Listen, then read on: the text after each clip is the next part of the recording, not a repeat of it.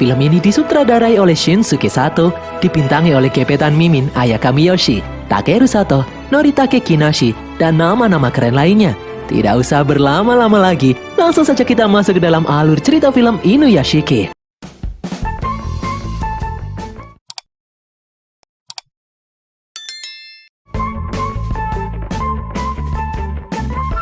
Di siang hari yang cerah, sebuah keluarga melakukan pindahan ke rumah baru mereka di pinggiran kota. Dua orang anak, yaitu Mari dan Takeshi, kesal dengan rumah baru yang dipilih oleh ayah mereka yang bernama Inuyashiki. Rumah itu sangatlah kecil dan terletak di pojokan, sampai-sampai cahaya matahari pun tidak bisa masuk. Inuyashiki yang hanya karyawan swasta biasa, memang mencari rumah yang terjangkau oleh penghasilannya. Itu pun masih dia cicil sampai 15 tahun ke depan. Setelah usai berbenah, Mari mengajak yang lain untuk makan. Inuyashiki memberitahu kalau dia mendapat bingkisan dari tetangga untuk dimakan. Namun Mari tidak memperdulikannya dan mengajak adik dan ibunya pergi makan di luar. Alhasil, Inuyashiki memakan bingkisan itu sendirian di rumahnya. Keesokan harinya, Om Inu pergi ke tempat kerjanya sambil berdesak-desakan naik kereta. Sesampainya di kantor, dia langsung mendapat teguran dari atasan karena salah memperhitungkan stok barang. Berkali-kali Om Inu meminta maaf pada atasannya yang marah tersebut. Malam harinya, di perjalanan pulang, Om Inu melihat beberapa berandalan sedang memalak seseorang. Karena takut, Om Inu berniat untuk menjauh. Setelah berbalik, Om Inu kaget saat melihat putrinya ada di sana.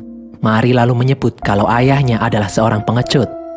Di rumah, saat sedang merenung, Om Inu didatangi seekor anjing yang tersesat. Di dalam kertas yang ada di leher anjing itu, tertulis bahwa anjing tersebut bernama Hanako. Itu adalah anjing yang dibuang pemiliknya.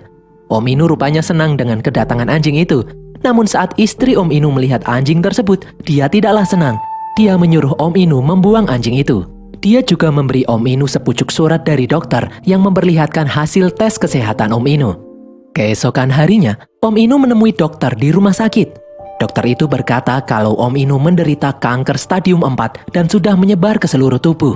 Dokter itu menyuruh Om Inu memberitahu keluarga tentang kondisinya saat ini, karena kemungkinan hidup Om Inu sudah tidak lama lagi.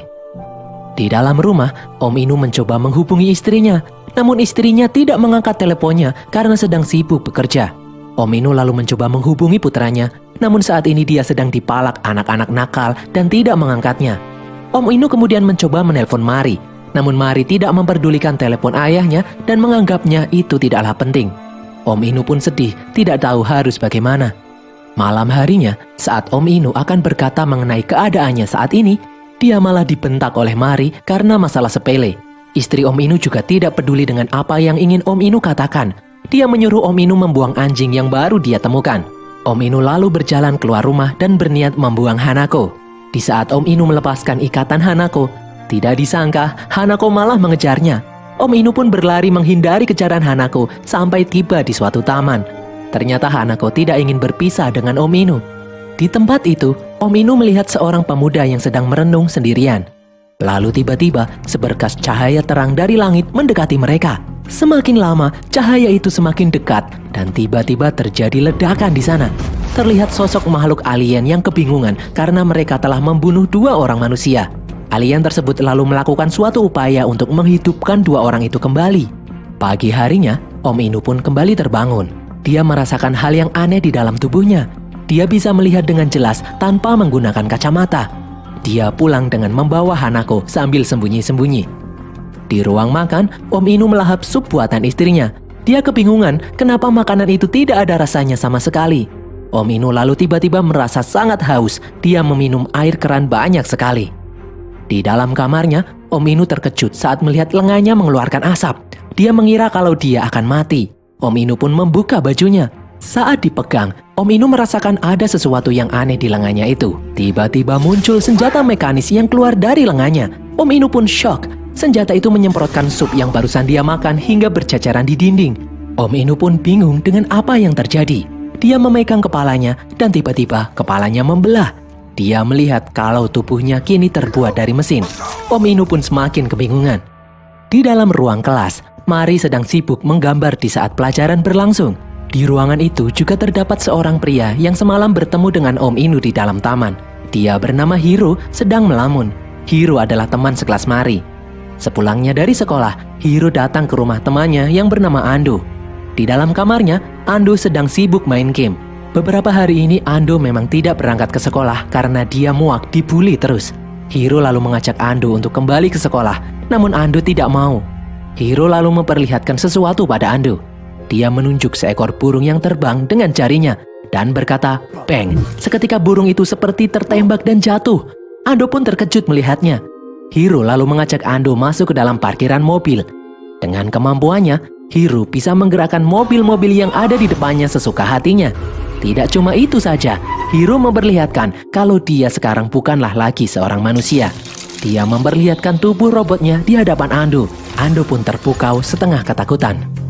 Di tempat lain, di kantornya, Om Inu kembali mendapat teguran keras dari atasannya karena terus-terusan membuat kesalahan. Atasannya mengancam akan memecat Om Inu, namun Om Inu bersujud memohon agar jangan dipecat karena cicilan rumahnya belum lunas. Di luar kantor, tidak sengaja, Om Inu melihat seekor burung dara yang lumpuh tidak bergerak namun masih hidup. Itu adalah burung yang barusan ditembak oleh Hiro. Om Inu lalu menyentuh burung tersebut. Dari matanya muncul gambaran mengenai kondisi vital burung itu dan mulai memproses untuk penyembuhannya. Setelah selesai, Om Inu terkejut saat melihat burung yang ada di genggamannya kembali sehat dan mampu untuk terbang lagi. Beberapa saat kemudian, Om Inu mendengar seseorang meminta tolong dari kejauhan. Dia lalu menelusuri asal suara tersebut. Ternyata suara itu berasal dari seorang ibu yang meminta tolong pada seorang dokter untuk menyelamatkan anaknya yang menderita tumor otak yang hampir mustahil disembuhkan. Om Inu kemudian masuk ke dalam kamar pasien dan memegang kepala anak tersebut. Kembali terlihat proses penyembuhan di matanya. Setelah selesai, secara ajaib anak tersebut mulai membuka mata. Anak itu telah sembuh dan siuman. Om Inu memiliki kemampuan seperti Ningsih Tinampi. Sang ibu dari anak itu dan sang dokter terkejut saat melihat anak itu kembali bangkit karena sangat sulit dipercaya. Om Inu pun bergegas pergi. Di luar, raut wajah Om Inu berbinar. Dia sangat bahagia karena dengan kemampuannya dia bisa menyelamatkan nyawa manusia. Di sekolah, Hiro mengajak Ando kembali masuk ke dalam kelas. Di sana Ando langsung ditemui oleh preman kelas yang ingin memalaknya. Melihat kejadian itu, Hiro pun maju dan meremas lengan si preman dan membuatnya kesakitan. Hiro memaksa preman itu untuk meminta maaf pada Ando. Hiro lalu mengacungkan jarinya ke arah kepala si preman dan mengancam akan membunuhnya. Namun Ando menghentikan aksi tersebut. Ando tidak ingin Hiro kelewatan. Sepulang sekolah, seorang wanita menghentikan Hiro yang berjalan sendirian. Wanita itu bernama Shion. Dengan agak ketakutan, Shion berkata kalau dia menyukai Hiro sejak lama. Dia tidak tahan dan ingin mengungkapkan perasaannya, namun dia takut hal itu akan membuat Hiro marah. Mendengar hal itu, Hiro malah tersenyum dan berkata kalau dia senang mendengarnya. Di perjalanan pulang, dengan kemampuannya menghack telepon, Hiro menelpon ibunya yang sedang bekerja. Hiro menyebut akan segera pulang, namun ibunya menyuruh Hiro untuk pergi menemui ayahnya yang saat ini sudah menikah lagi dan membina keluarga baru. Awalnya Hiro menolak untuk menemui ayahnya yang telah meninggalkan ibunya, namun ibunya memaksa karena bagaimanapun dia adalah ayah Hiro juga. Hiro pun menuruti keinginan ibunya dan pergi ke rumah ayahnya. Di sana, ayah Hiro memberi uang nafkah bulanan untuk diberikan kepada ibunya. Di dalam kediaman ayahnya, Hiro bertemu dengan istri baru ayahnya dan kedua anaknya yang masih kecil. Terlihat mereka sangat senang dengan kedatangan Hiro. Hiro pun menemani mereka bermain semalaman. Namun apa yang ada di dalam hati Hiro tidak seperti kelihatannya. Hiro merasa cemburu. Dia marah dengan ayahnya melihat keluarga barunya yang sangat bahagia berbanding terbalik dengan kehidupan ibunya yang sangat menderita. Perlahan-lahan Hiro mengangkat telunjuknya dan mengarahkannya ke kepala ayahnya. Hiro sangat ingin menembak ayahnya saat itu juga, namun dia urungkan. Hiro pun berpamitan untuk pergi. Di perjalanan pulang, Hiro masih mendengar percakapan keluarga ayahnya yang bahagia. Hiro ternyata masih emosi. Hiro lalu berhenti di depan sebuah rumah. Dia melihat sebuah keluarga yang bahagia dan berencana menguliahkan anaknya ke perguruan tinggi di luar negeri. Hiro masuk ke dalam rumah tersebut dan melampiaskan kemarahannya pada keluarga itu. Hiro mengacungkan jarinya dan bang! Dengan brutal, Hiro membantai keluarga itu. Di tempat lain, Om Inu yang sudah selesai menyembuhkan anak-anak pengidap kanker di rumah sakit mendengar suara wanita muda meminta pertolongan. Dia pun langsung berlari menuju sumber suara. Om Inu masuk ke dalam rumah tersebut. Di dalamnya, dia melihat seorang wanita yang tewas bersimbah darah. Om Inu berusaha menyembuhkan wanita itu, namun sia-sia. Dia tidak bisa menghidupkan manusia yang sudah mati. Om Inu lalu berjalan semakin dalam. Di sana dia melihat Hiro yang sedang berdiri di depan dua mayat yang tewas mengenaskan. Hiro lalu mengacungkan jarinya ke arah Om Inu dan bang, Om Inu pun terlempar dan tidak sadarkan diri. Dengan santai, Hiro pun beranjak pergi. Om Inu lalu kembali siuman dan melihat Hiro yang terbang ke angkasa. Keesokan harinya, berita tentang pembunuhan satu keluarga itu pun menjadi viral. Di depan sebuah bank, Hiro menghack akun banknya dan mengambil banyak sekali uang cash. Hiro ingin memberi uang tersebut kepada sahabatnya, Ando. Namun Ando menolaknya. Ando curiga kalau Hiro adalah pelaku pembunuhan satu keluarga yang semalam. Ternyata Ando ketakutan melihat perilaku Hiro yang berubah drastis menjadi psikopat. Hiro sakit hati mendengar ucapan Ando. Dan di momen ini, Hiro terang-terangan mengakui kalau dia adalah pelakunya. Ando pun semakin ketakutan.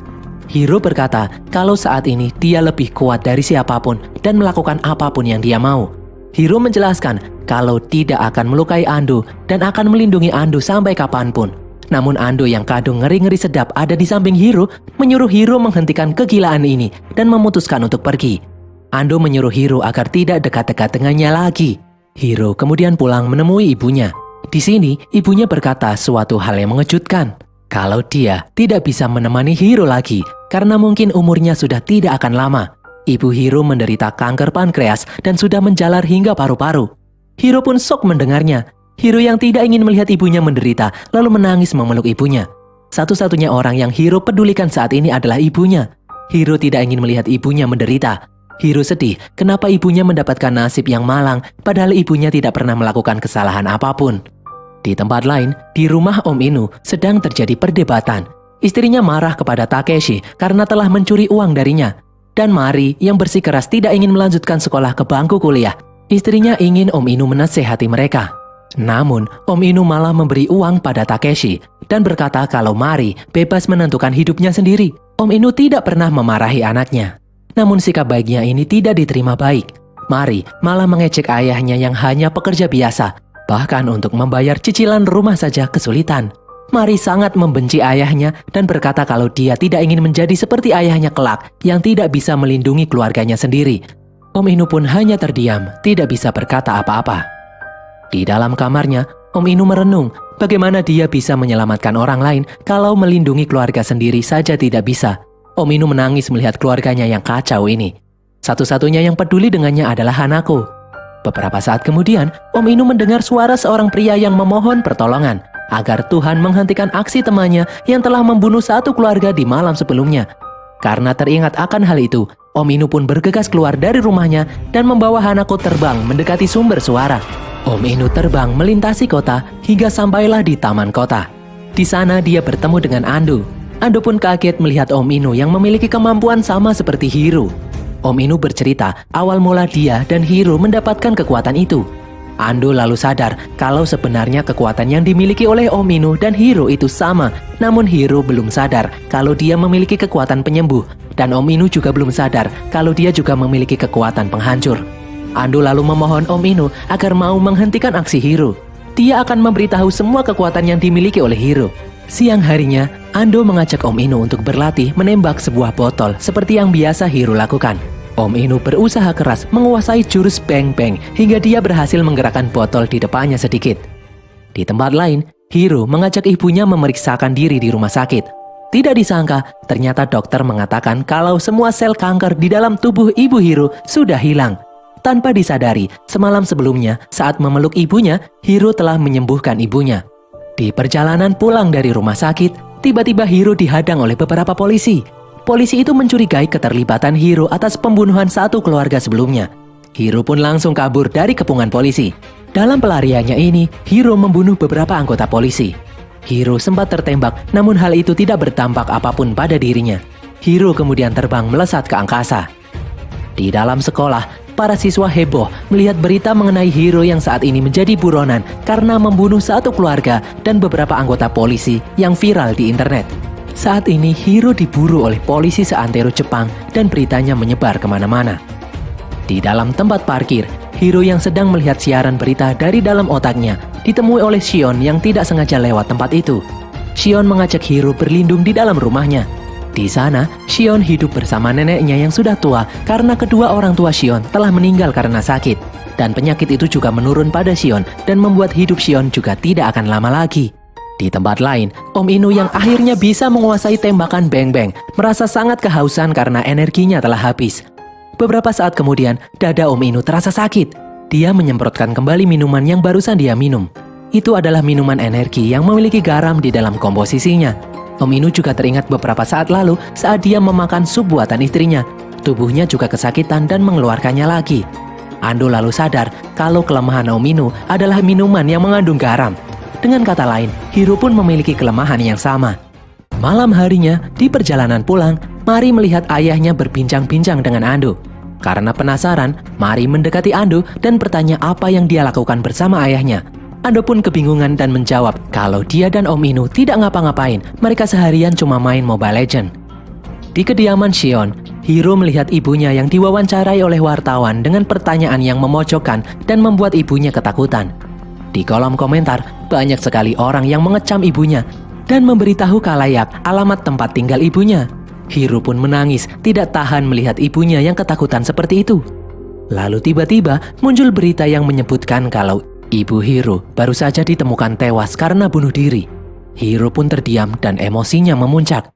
Hiro lalu melihat kolom komentar yang mengecam ibunya dan berkata kasar.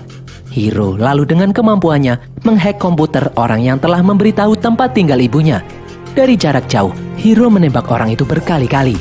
Orang itu pun tewas bersimbah darah. Tidak hanya satu orang saja, Hiro juga menghack ponsel orang-orang yang telah membuli ibunya dan membunuh mereka satu persatu. Bahkan sang reporter yang menanyai ibunya juga menjadi korban.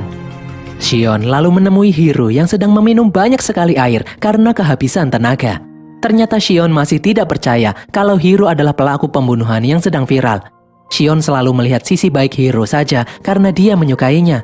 Hiro lalu memperlihatkan tubuh robotnya di hadapan Shion. Shion pun kaget, namun dia berusaha untuk tidak takut. Hiro lalu mengajak Shion terbang melintasi kota. Namun Shion berkali-kali berkata kalau dia tidak takut. Dia masih yakin masih tersimpan sisi kemanusiaan di dalam tubuh Hiro. Hiro akhirnya menyadari kalau saat ini tidak ada satu orang pun di dunia yang peduli dengannya kecuali Shion. Hiro lalu berjanji kalau dia akan menjadi pelindung Shion sampai akhir hayatnya. Pagi harinya, berita mengenai tewasnya orang-orang secara misterius menjadi viral di internet. Mereka memiliki luka yang sama seperti korban Hiro sebelumnya. Berita kemudian memberitakan aksi seseorang yang telah menyembuhkan puluhan anak penderita kanker di rumah sakit. Di saat negeri sedang ketakutan akan pembunuhan keji, muncul sosok malaikat penolong yang mampu menyembuhkan penyakit mematikan. Malam harinya, saat Shion mengambil air untuk diminum, dia terkejut melihat puluhan polisi ada di sana. Hiro lalu bangun dan melindungi Shion. Para polisi itu pun mulai menembak membabi buta. Hiro lalu membalas tembakan itu dan membantai semua polisi yang ada di sana. Setelah situasi kembali tenang, Hiro melihat Shion dan neneknya tewas terkena tembakan.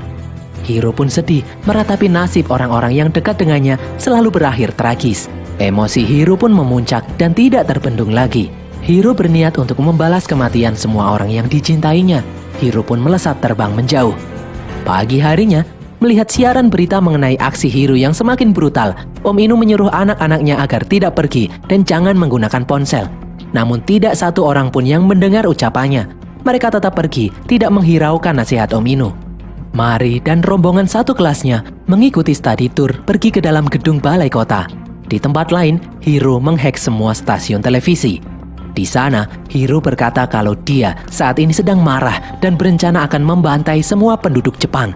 Hiro lalu mengarahkan telunjuknya ke kamera dan bang, satu persatu orang yang menatap layar tewas tertembak. Hiro terus melakukannya hingga banyak sekali orang yang tewas. Semua orang pun panik dan berhamburan. Orang-orang yang menatap layar pun tumbang satu persatu. Di tempat latihan, Om Inu menyadari Hiro yang sudah mulai beraksi lagi. Dia mengambil satu botol minuman energi dan bergegas melesat pergi. Sampai saat ini, berita mengenai Hiro pun viral di mana-mana. Hiro juga membunuh pembawa berita yang sedang menyiarkan aksinya. Hiro masih terus membunuh orang-orang tidak berdosa.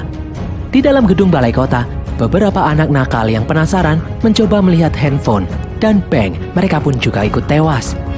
Dengan bantuan Om Inu, Ando menghack siaran televisi dan menyuruh semua orang agar membuang HP dan menjauhi layar monitor. Aksi Ando itu membuat Hiro kesal. Omongan Ando itu didengarkan oleh orang-orang dan mereka mulai membuang handphone milik masing-masing. Hiro lalu melanjutkan aksinya. Dia meluncurkan rudal yang keluar dari punggungnya. Rudal-rudal itu melesat dan menghancurkan gedung-gedung di sekitarnya. Aksi Hiro sudah semakin keterlaluan. Rudalnya juga menyerang gedung balai kota tempat Mari berada. Om Inu lalu menemui Hiro dan mencoba menghentikannya. Om Inu menyuruh Hiro berhenti membunuh orang-orang tidak berdosa. Namun ternyata niat Hiro menghancurkan Jepang sudah bulat. Dia tidak bisa dihentikan lagi. Om Inu lalu menembak kepala Hiro dan hal itu membuat dia marah. Mereka pun terbang melesat. Terjadi aksi kejar-kejaran di langit dengan kecepatan tinggi. Om Inu berusaha kabur, namun Hiro tidak melepaskannya begitu saja. Sambil terbang, Om Inu melacak keberadaan Mari yang saat ini meminta pertolongan. Hiro lalu menembak punggung Om Inu dan membuat kemampuan terbangnya tidak stabil. Hiro lalu menendang Om Inu hingga menembus beberapa gedung dan terpental masuk ke dalam helikopter. Di sana Om Inu berusaha menolong seorang reporter yang hampir terjatuh.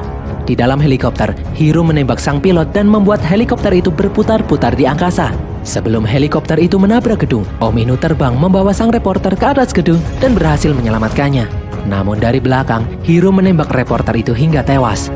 Saat melihat Hiro akan minum, Om Inu menembak minuman Hiro. Hiro pun marah dan merebut minuman milik Om Inu. Hiro meminumnya hingga habis tidak tersisa. Hiro kemudian kembali menembaki Om Inu. Om Inu pun kabur melesat terbang ke atas menghindari rudal-rudal yang ditembakkan oleh Hiro. Om Inu terus terbang hingga melewati atmosfer. Di sana, akhirnya Hiro berhasil menangkap Om Inu dan mengarahkan senjatanya ke wajah Om Inu. Tidak disangka, yang keluar adalah air yang barusan dia minum. Hiro pun kesakitan. Hiro lalu melihat botol air mineral milik Om Inu yang dia rebut sebelumnya. Ternyata itu adalah air yang mengandung garam. Melihat kesempatan ini, Om Inu lalu mengarahkan senjatanya ke arah Hiro dan menembaknya. Hiro pun terjatuh melesat ke bumi dan meledak. Om Inu lalu bergegas menemui Mari yang sebelumnya terkena ledakan. Om Inu melihat Mari yang diam tidak bergerak. Dia pun memegang kepala Mari dan berusaha menyembuhkannya, namun Mari tidak kunjung siuman. Om Inu pun sedih. Dia menangis dan berteriak agar Mari kembali sadar. Lalu secara ajaib, Mari berangsur-angsur siuman. Dia masih hidup. Om Inu lalu melanjutkan untuk menyembuhkan luka di tubuh Mari. Setelah selesai, Om Inu pun kembali bahagia dan memeluk Mari. Tiba-tiba dari belakang sesuatu menendangnya. Itu adalah Hiro yang masih hidup. Hiro lalu membunuh setiap orang yang ada di sana. Di saat Hiro akan membunuh Mari, Om Inu melompat mendorong Hiro. Namun serangan Hiro masih mengenai dada Mari. Hiro yang marah membanting Om Inu dan memukulinya. Om Inu lalu kembali menghentikan aksi Hiro yang akan membunuh Mari. Hiro lalu kembali memukuli Om Inu dan membantingnya hingga kepala Om Inu terbuka. Mari pun kaget melihatnya. Hiro lalu mengambil sebuah potongan baja dan memukuli kepala Om Inu berkali-kali dengan baja itu. Mari pun merasa kasihan melihat ayahnya yang menderita. Hiro kemudian membawa Mari ke tepian gedung. Hiro mencekik Mari dan bersiap akan menjatuhkannya dari ketinggian. Om Inu memohon kepada Hiro agar tidak melakukannya. Namun Hiro yang kejam itu tetap melempar Mari. Om Inu pun marah. Tubuhnya bereaksi. Dia melesat memukul Hiro. Tidak disangka, tubuh Om Inu mengeras dan membuat tangan Hiro hancur. Pukulan Om Inu juga menembus tubuh Hiro dan menghancurkannya. Om Inu terbang dengan kecepatan tinggi menuju bawah. Tepat sebelum mencapai dasar, Om Inu berhasil menangkap Mari. Di bawah, Om Inu lalu memeluk dan menyembuhkan Mari. Mari pun berhasil sadar kembali. Mari berterima kasih kepada ayahnya yang telah menyelamatkannya. Om Inu lalu kembali terbang ke atas menyelamatkan orang lain yang masih terjebak. Mari tidak menyangka ayahnya sekuat itu. Seminggu pun berlalu, pihak pemerintah Jepang menganggap kalau Hiro sudah mati dan kasusnya telah ditutup. Di dalam rumahnya, istri Om Inu dan Takeshi penasaran siapa orang yang telah menghentikan teror Hiro, namun tidak dengan Mari. Meskipun kelihatannya ayahnya adalah orang yang lemah, Mari mengetahui kalau ayahnya lah yang telah menyelamatkan semua orang. Di dalam kamarnya, Ando terkejut saat melihat Hiro ada di sana. Bukannya takut, saat ini Ando malah senang melihat Hiro yang masih hidup. Ando ingin Hiro kembali menjadi remaja yang ceria seperti dulu lagi. Ando lalu mengajak Hiro untuk memainkan game terbaru yang baru saja dia beli. Saat Ando menoleh, dia melihat Hiro sudah tidak ada di sana. Dan berakhirlah alur cerita film Inuyashiki ini guys. Semoga kalian terhibur.